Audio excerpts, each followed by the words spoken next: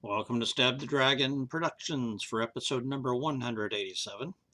Coming to you from Fort Worth, Texas, where it is second summer, and we've had temperatures in the 90s again on October 4th, 2024. Today is International Vodka Day, so we will celebrate with a couple of local Fort Worth distilleries vodkas. We have Miss Addie's Blackberry Sage Tea Vodka, which is really a liqueur. This is only 60%, so I guess liqueur is the proper name for that, but it's labeled as vodka. And Blackland Vodka, also from here in Fort Worth. So two of my favorite local distilleries right there. We will study the history and science of vodka for a little bit first, and then look at International Vodka Day. What is that? And then examine these two local vodka products. So first of all, what is vodka? The word vodka is rooted in the Slavic word for water, voda. The word vodka shows up in English for the first time about 1780 in a published travel log, kind of thing that was very popular back then. Translated from the German by it was written by Johann Gottlieb Georgi. There he described vodka as a sort of brandy. In 17th and 18th century Russia, it was described as burning wine. Vodka is first mentioned in literature in Poland in the early 15th century as vodka and was medicinal in purpose. But by the mid-16th century, it was being consumed as a liquor, and by the end of that century, in Krakow, Poland, they were producing vodka for export as a business. The Russians claimed that Russian vodka was first developed by a Russian monk named Isidore. Well, that sounds like right out of Tolkien. At the Chudov Monastery in Moscow in 1430. And by 1505, Russia was exporting vodka. By the late 1800s, the taxes on vodka in Russia provided about 40% of all tax revenue. Wow. About 70% of all alcohol consumed in Russia is vodka. Vodka is made from any starchy or sugary rich food plant, but usually cereal grains like wheat, corn, rye, sorghum, rice, or other things like potatoes. Everybody thinks that potatoes are the number one source of vodka. And I actually saw that in an article that when I was researching for this, the article just kind of blithely said, vodka comes from potatoes. And that was it. No, actually a tiny fraction of vodka these days is produced by potatoes. I was just in Goody Goody liquor store here on Camp Bowie in Fort Worth. Going down the vodka aisle, I saw one vodka that was labeled potato vodka. So, it was deliberately, hey, we're made from potatoes. And in the fine print of all the other ones I didn't check. But most of the ones I did check were corn-based vodka. Blackland, the one I got today, is wheat-based. So vodka can be made from any of the starchy, sugar-rich plants. And while whiskey is distilled 1 to 3 times, usually frequently, Irish whiskey is distilled 3 times. American whiskey is once, sometimes twice, but not very often. But vodka is distilled 5, 6, 7 times or even more.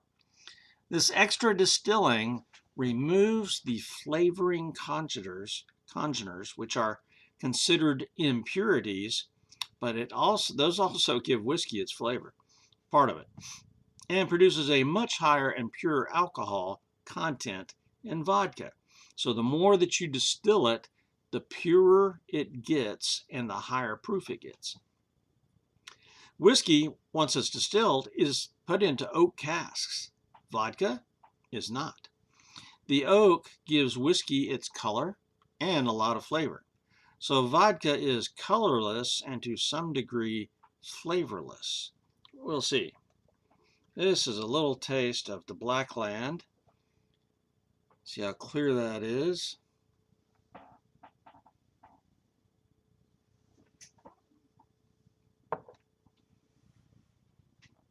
That is pretty close to flavorless.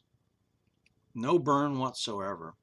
I mean, there's just a tiny, tiny hint of something that might be bread, maybe, in the distant background.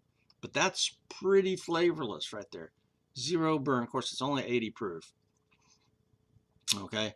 So the flavoring congeners are removed by distilling it so many times, right? And then you get a very high proof. You don't put it in oak. Whiskey goes in oak. And so that's where whiskey gets all of its color and most of its flavor from. So vodka, then, this flavorless alcohol, is very versatile as a mixed drink. Still comes in at a minimum of 80 proof, supposedly, although a lot of things are labeled vodka, such as Miss Addie's here, but it's only 60 proof. And I saw that at the store. I saw a couple of others vodkas that were in the 60 or 70 proof range. So I kind of think the laws may have changed, because also you can do all kinds of things to vodka now. I mean, this one, Miss Addie's, has got tea. It is mixed with tea. We'll talk about that more in just a little bit. Because vodka itself is colorless, and it's still, in the USA here, it's being infused with flavoring.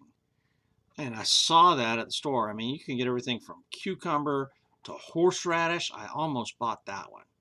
Iron Wolf here in Texas has a horseradish vodka. I'm going to get that next time. Watermelon vodkas, strawberry vodkas. I mean, all kinds of different flavorings. Honeysuckle. I saw every kind of flavor you could imagine there. Now, by the late 1960s, the whiskey and bourbon industry in America was tanking. It was starting to just go down, and vodka was going up. And so by the early 70s, vodka surpassed whiskey in popularity in America. The most popular drink in America was not whiskey.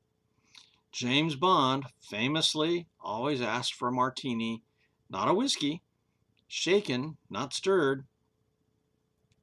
Today in America, while craft whiskey is booming and there is a bourbon and even a rye whiskey revival, vodka still is the top seller. But guess what? Tequila is catching up, and some reports tell me this year that tequila has actually surpassed whiskey and vodka. Now, what are some of the top selling vodkas around? Tito's is #1 in America. It's based in Austin, Texas. Smirnoff is #2. Founded in Russia, but now owned by Diageo, and they have a Smirnoff plant in Illinois. New Amsterdam, I would have thought, okay, Amsterdam maybe, but here's a little thing in history. New Amsterdam, New York, used to be called New Amsterdam. And so New Amsterdam is in fact made in the US of A. Absolute, well, number 4. Yeah, I'm going these in order. Okay, Svedka is #4, and that's made in Sweden. Absolute is #5, also made in Sweden. Grey Goose is #6, France. Who'd have thunk? I don't know. Well, here in North Texas, vodka is made by a lot of different people. Acre, like I said, Miss Addie's here. Comes from here in Fort Worth. Blackland, Fort Worth. Lockwood, also in Fort Worth. Silver Star, also in Fort Worth. Western Sun Distillery up in Pilot Point, north of Dallas. They make a ton of vodka. The Western Sun section, in the vodka section at Goody Goody, was huge. There must have been 10 different offerings by Western Sun. So I'd like to try those at some point. So there's, and here's the deal, is when somebody says, I'm going to get into distilling whiskey.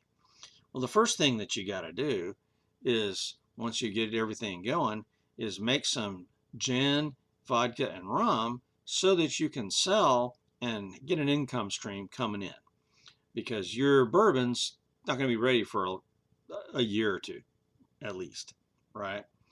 And so your rye is going to be ready in a couple of years. You got to make some money, and gin and vodka are not aged, so you can make those, bottle those, and off you go. So that's what most craft distilleries seem to do. All right, what is International Vodka Day and who thought it up? Now, first of all, I'm going to sample Miss Addie's. This is vodka from Acre infused with a black tea with blueberry, blackberry, and sage.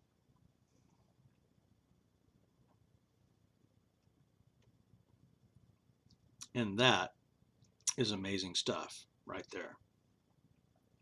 So the infusion process,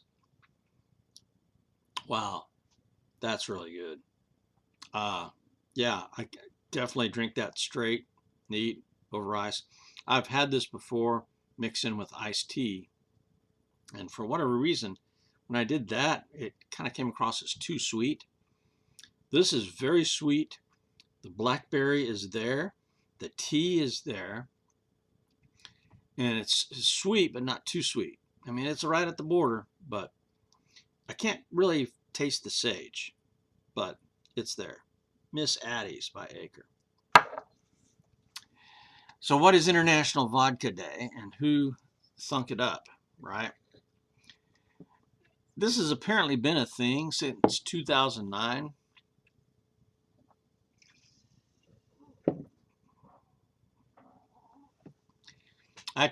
Did a lot of checking on the internet. I mean, everybody says the same thing. 2009 is when it started, but we don't know who it started, who started it. We don't know where it was started. We don't know why it was started. And so this is like a groupthink thing where everybody said, hey, let's create something for vodka. All right, October 4th. And nobody knows who did it. So it was ridiculous. Some of the stuff that I read for this, you know, one person citing another person, and then that one doesn't have hardly any information. One site that I went to that, you know, I kept getting directed to had zero information about National Vodka Day. It had stuff about vodka, but so anyway, it's a mystery. No information. But it's October 4th. If you like vodka, celebrate. Now we're going to talk in a little bit more detail about these two vodkas. Acre opened in Fort Worth in 2015. And this contains Acre's Black Halo corn vodka, which is bottled at 88 proof. They take that and then they infuse it with this black tea and blackberry sage, proof it down to 60. For sale at $21 at the distillery. Total Wine has it for $19.99. It's not at Specs or Goody Goody. And then you can get the regular vodka that's the 88 proof Black Halo. I don't have that one. I just got this one. I sampled this on a distillery tour, and that's why I bought the bottle. It's like, oh, that was really good. So, and I've had it for a while and haven't really used it, but I brought it down getting ready for this, and yeah, that it's going to be used. My wife likes it, so we will be using that now quite a bit. So that's Miss Addie's by Acre. Now let's talk about Blackland. Blackland Distillery opened in 2019, and they were kind of famous because of their high-tech operation. Their stills are computerized and made in Holland or Belgium, somewhere in there. I've had so many bottles of Acre products. They are excellent. And so I thought I tried their gin not long ago, and it's amazing. So now I'm trying their vodka, and it is what vodka is advertised as being. It is, when you drink it straight, nothing. No flavor, nothing, no burn. But I've got it in a martini right here. So this has some of Blackland's vodka. It's got some vermouth and a splash of olive juice, a couple of olives. So here we go.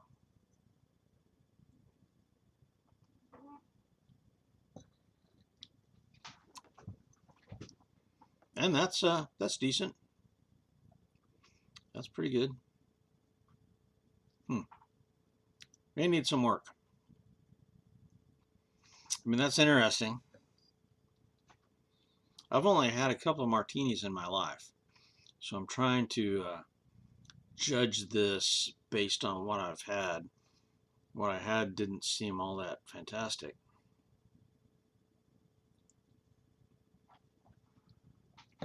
Tell you one thing, I don't like these glasses. I got martini glasses for this occasion. Oh well. Okay, so Blackland vodka, 80 proof, and it's a wheat vodka. Can be had at the distillery for $35.25. Ouch. But at Total Wine, it's $19.99. Specs $21.99. Goody Goody $23.59. And I got this one at Goody Goody. So I paid the second highest price. Great. All right. Vodka. I guess the flavored ones, like Miss Addie's here, are good for cocktails or drinking neat or on the rocks. But something like Blackland, pretty much its only purpose is to be in a cocktail. So if you like olive juice, olive brine, then that's what this is.